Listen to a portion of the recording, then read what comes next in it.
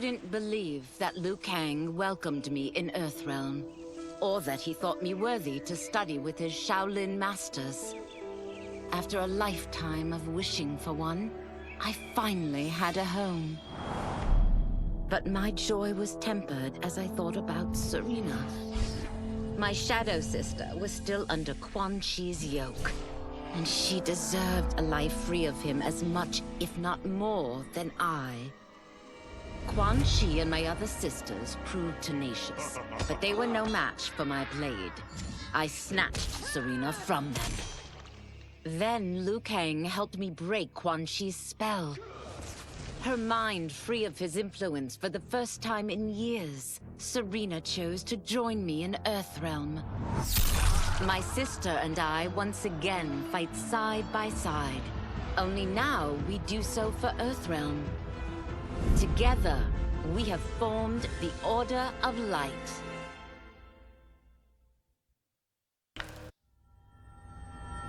While the regime had changed, little else had. My people still suffered in silence, ignored by the rest of Outworld. Though now I knew Empress Melina's secret, that she was also afflicted with Tarkat. If anyone would help, it would be her. But how to get an audience? Syzoth. He was the Empress's new emissary to the Zaterrans. I asked him to introduce us. At great personal risk, he agreed. And as I'd prayed, the Empress was willing to meet. Even better, she would visit the colony. She was shocked to see how we lived. She moved quickly to provide for our care and comfort. Thanks to the Empress and Syzoth, we Tarkatans are no longer pariahs. Until our disease can be cured, that will do. Though the barriers between timelines had been rebuilt, there was no question that they could again be broken. Protecting this timeline would require eternal vigilance, so that it could not fall victim to further outside aggression. But nothing in my countless lifetimes had prepared me for this task. In none of them had multiple timelines ever coexisted. Monitoring them for threats was an entirely novel problem. It would require a novel solution. I discovered that though the timelines no longer touched, their meeting had left them intertwined. I can now secretly surveil all timelines, keeping watch for potential danger. It pleases me to do this service for the new era. Lord Liu Kang may rest assured that it is secure. Quan Chi's defeat had cost me everything. For months I had furthered his plot, and now I had to start over. Saito's people were still in chains. That's when Rain approached me. On the run from Empress Melina, he was desperate for help. And though I'd had my fill of sorcerers, this one was different. I agreed to provide him safe haven. He agreed to help topple Saito's government. And topple it we did. Rain summoned a wave so fast, so powerful, that it crushed the capital.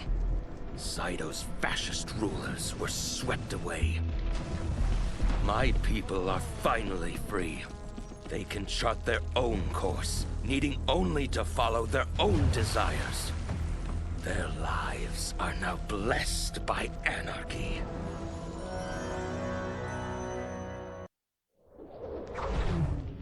Since this whole thing kicked off, I'd wondered why Liu Kang chose me to be a champion. I mean, sure, I was killing it as a martial arts star, But it's one thing when it's all for show. It's different when you're playing for keeps. Then Liu Kang let me in on his master plan. He wanted the masses to know about the world beyond them, the one filled with gods and monsters, and he wanted me to tell them about it. But I knew revealing the truth all at once would be too shocking of a plot twist for most. That's why I pitched doing a bunch of stories, to slowly get people used to it. And if there's one thing I can do, besides kick ass in combat, it's build a cinematic universe. I'm serving up movies, streaming series, games, you name it. I like that I'm doing a public service. And it doesn't hurt that I'm making more than a few bucks. It's the kind of synergy that would make any studio mogul proud.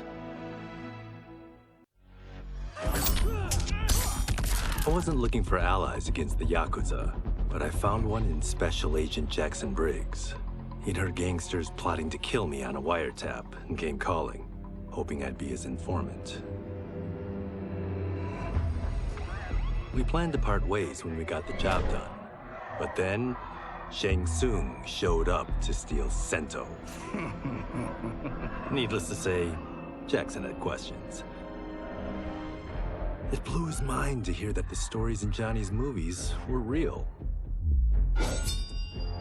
Once the shock wore off, Jackson quickly sized up the threats Earthrealm faced. To deal with them, he got his bosses at the FBI to form the Outworld Investigation Agency. When he asked me to sign on, I hesitated. After all, me? A government agent? But it's an important job. And more importantly to me, an honest living. General Shao's revolt left Outworld's armies in tatters. We were vulnerable to enemies both foreign and domestic. That's why my sister asked me to take command, to stitch her military back together and purge Shao's loyalists within it. She trusted only me with the task. The soldiers, however, had little faith. They thought me a spoiled dilettante, unprepared and unfit to serve. That I could fight mattered little. All that mattered was that I wasn't one of them. I finally earned their loyalty by orchestrating an epic victory over Shao and his rebels. Though the general himself escaped, his forces were smashed. For as long as I am able, I will lead the Empress's armies in defense of Outworld. Through strength, we will achieve peace. It was inevitable that the Shaolin Masters had me join them. They knew just how much future initiates could learn from me. Shujinko was one of my earliest. His ability to absorb anyone's powers and skills was amazing. With the right training, he could become our greatest champion. I knew that I alone could give it to him. But as his proficiency grew, so did his ego. In love with himself and his power, Shujinko became a threat to the realms. He hadn't learned humility, because I wasn't the one who could teach it. I should have listened to Raiden's warning and not tried to train Shujinko alone. After he was subdued, Shujinko's accumulated abilities and memories were taken from him. He is once again a new initiate, ready to begin his training. This time, Raiden and I train Shujinko together. He will become the champion he is destined to be. And I will fulfill my duties, humbly and cooperatively. As her reign began, Empress Melina faced many challenges.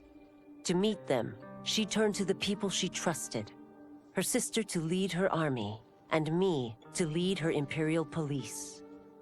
Though I missed Empress Sindel dearly, I was glad my ties with her family had been mended.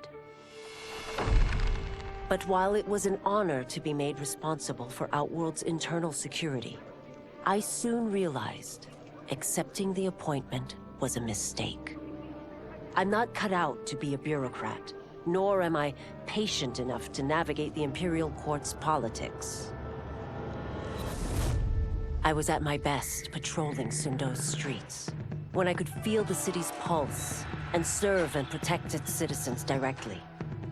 That's why I resigned my post and resumed my role as Sundo's first constable. I end each day knowing I've made a difference. My loyal partner had warned me. Reclaiming my power as Keeper of Time might have unforeseen consequences. In this, as in most things, he proved prescient. The process I had undergone did irreparable harm to my body. Taking back my power had cost me my immortality. While my lifespan would still stretch across eons, I would one day perish. And if the war with Titan Shang Tsung taught me anything, it is that this timeline is not safe without a protector. Yet I had never given thought to choosing a successor. Who is it that could replace me and protect my new era? The answer, of course, is Geras. Tireless and meticulous, he is perfectly suited to be entrusted with this grave duty. And no one knows better the temptations of the hourglass. I have no doubt he will be above them. Though worried about how the public might react, I met with Baraka to discuss his Tarkatans. Speaking from his heart, he moved me. I agreed to visit his colony and see how his people lived. The conditions were atrocious. This was one of my mother's few mistakes. Like all Outworlders, she treated Tarkatans with scorn. What they deserved from us was compassion. And the only way to get it for them was to reveal my affliction. To show all my subjects that even an Empress could get Tarkat. The scandal my revelation caused was intense.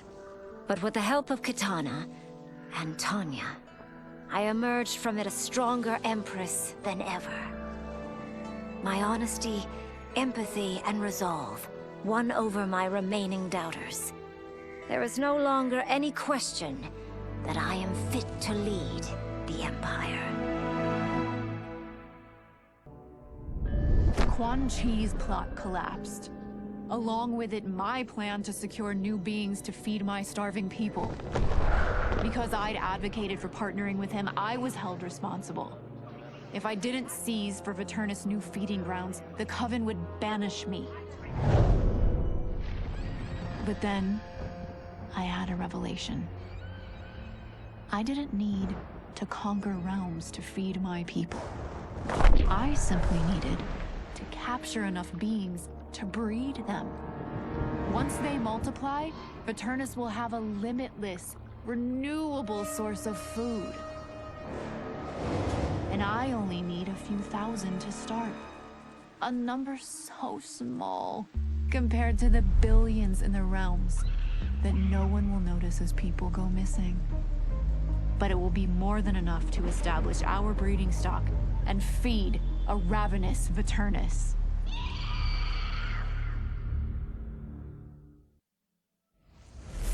Were it not for my godly counterpart, I would not have survived the battle against Titan Shang Tsung.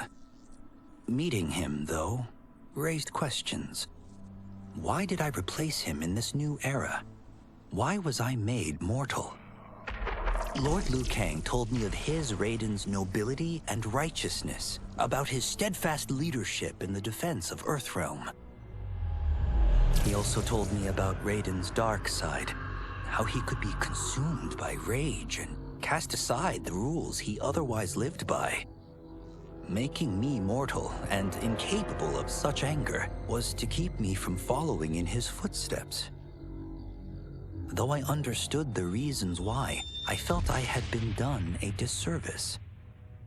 To survive the coming battles, I may need the edge that only great rage can bring. As the Shaolin couldn't aid me, I sought out someone who could. Someone to stoke the fire within me and teach me to master it. For this, I could have no better teacher than the Shirai Ryu's Grand Master. To elude capture by Empress Melina, I joined Havoc's crusade in Saido. There, I summoned more magic than I thought possible, and drowned out the old regime.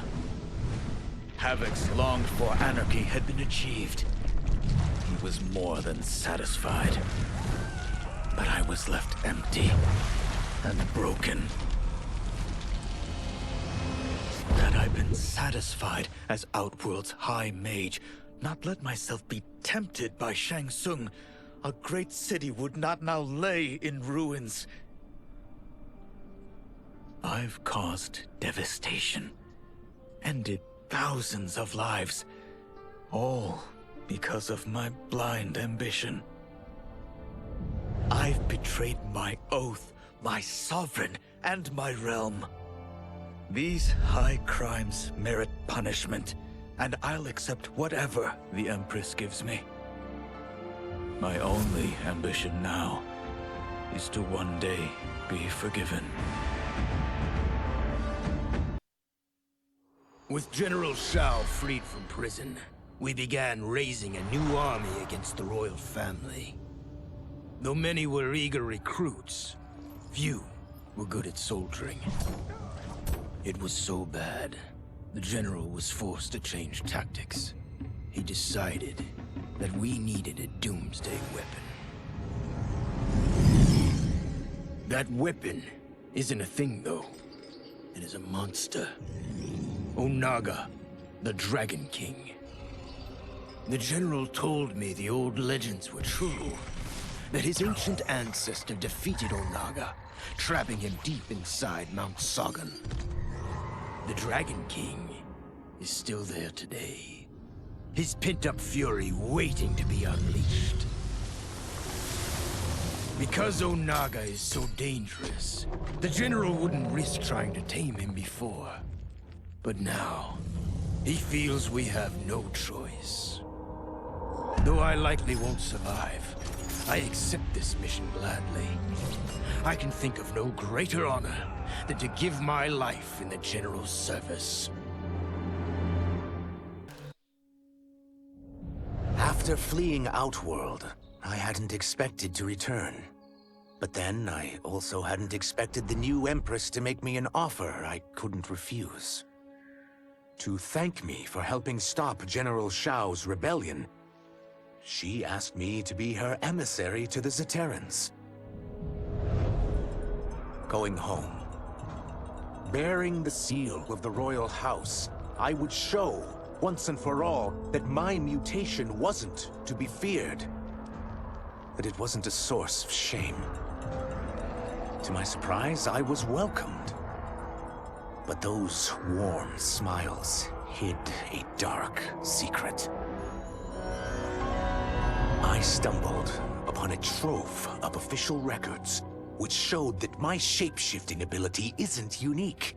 Many Zaterrans are born with it, but are killed by their government to keep it from spreading. Who started this barbaric policy? Who is now enforcing it is unknown. But I will find out. And I will put an end to this madness. No sooner had Titan Shang Tsung been defeated than Bihan and his loyalists hunted us down. Outnumbered, we fled to Japan.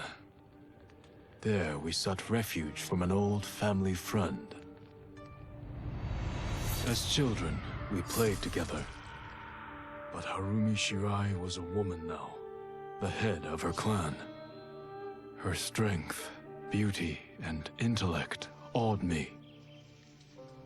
Also incensed by Bihan's betrayal, Harumi agreed to help me forge a new clan, one that would stand against him and defend Earthrealm. Her aid proved invaluable, and as time went on, we grew closer. To honor Harumi and pay respects to my new bride, I named the clan after her, calling it the Shirai Ryu. Now the battle against my brother begins in earnest. The Shirai Ryu won't rest until Bihan is defeated and the Lin Kuei's honor restored. After escaping Lei Chin prison, I was hounded by the Imperial Police. I needed a place to hide and to recuperate while I plotted the best way forward. I knew the remote canton of my youth would be perfect. To escape capture, I traveled by sea. Little did I know that a gargantuan storm was brewing. My tiny craft was smashed apart. I closed my eyes, waiting to drown, hoping that the Netherrealm wouldn't claim my soul. But when I reopened them, I found myself not in hell, but on a deserted island. From its ruins, I could tell that great sorcerers had once lived there. In the caves beneath the ruins, I found what I can only describe as a well of souls.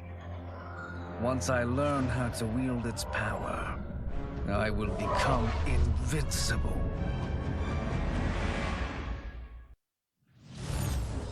The battle had been lost, but the war isn't over. I won't stop fighting until I take Outworld's throne. That they thought Lei Chin prison would hold me is laughable. Once free, I began planning my next campaign. I would need an unstoppable army to overthrow Melina. Unfortunately, most of my former soldiers lacked the courage to rally to my standard. Rebuilding my army would require finding new recruits. And that task is proving easier than expected. Outworld's golden age has left more than a few behind. Without hope, without power, they eagerly heed my call to tear down Melina's government. As the darkness enveloped me, I took a long last look at my family. I did not expect to see them again until their souls joined mine in the living forest. But miraculously, my beloved husband delivered me from oblivion. Though he couldn't save my body, Jared had preserved my soul. Like him and countless others, I am now a part of Ermac. Yet ours is not a peaceful repose. The collected souls within Ermac have their own needs and agendas. Before we can speak as one, we must first reach consensus.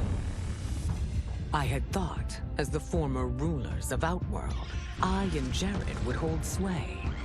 But here we are, two souls among many thousands, fighting for the right to be heard.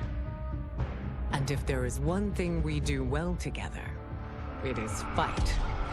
We will win the right to govern Ermac as we once had governed Outworld.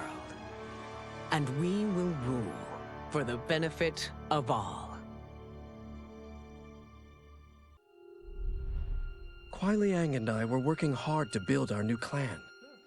But even with the help of his close friend Harumi, it was difficult. The biggest problem was finding the right initiates. Then, one night, while walking outside Harumi's compound, I was attacked. I thought at first it was a Lin Kuei assassin, but his strikes were too uncertain. too angry. My attacker, it turns out, was a boy. Homeless and hungry, his assault was born of desperation. He needed money so that he could eat. It was like looking at myself 15 years ago. I would have ended up just like him if the Lin Kuei hadn't taken me in. So I took the boy to Kuai Liang, who also appreciated his fire. We made him our first initiate. The boy's name? Hanzo Hasashi.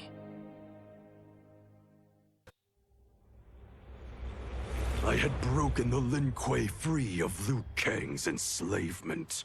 We were now masters of our destiny, and could take our place among Earthrealm's great nations. But taking and holding territory would require a vast army. I needed more fighters to make our presence felt. Then I recalled Shang Tsung's dragon warriors. An army of them would be unstoppable. But trafficking in such strong magic would surely draw Liu Kang's attention. Sector advised that we avoid detection by building our army using science, not sorcery. We've invested much into this endeavor, and we are beginning to see results. Once again proving the depths of Sector's genius. When we are done, all of Earthrealm will honor our desires and heed our demands. If not, they will face the Lin Kuei's wrath. Until recently, I hadn't met Li Mei, but I had heard the stories. How the Umgadi's matron superior blamed her for not preventing Emperor Jared's murder. How she quit in disgrace rather than accept punishment. But those stories didn't fit the woman I now knew. Li Mei would never have been so negligent. Eventually, I uncovered the truth. The failures and mistakes which led to the Emperor's murder, they resulted from poor decisions made by the matron superior themselves. They made Li Mei their scapegoat. When the Empress found out, she wanted the Umgadi disbanded. But I convinced her that it could be reformed. To make sure it did, she put me in charge. I am humbled by this sacred responsibility. The Umgadi, my sisters, they are my life. I will not let them be brought down by the acts of a selfish few.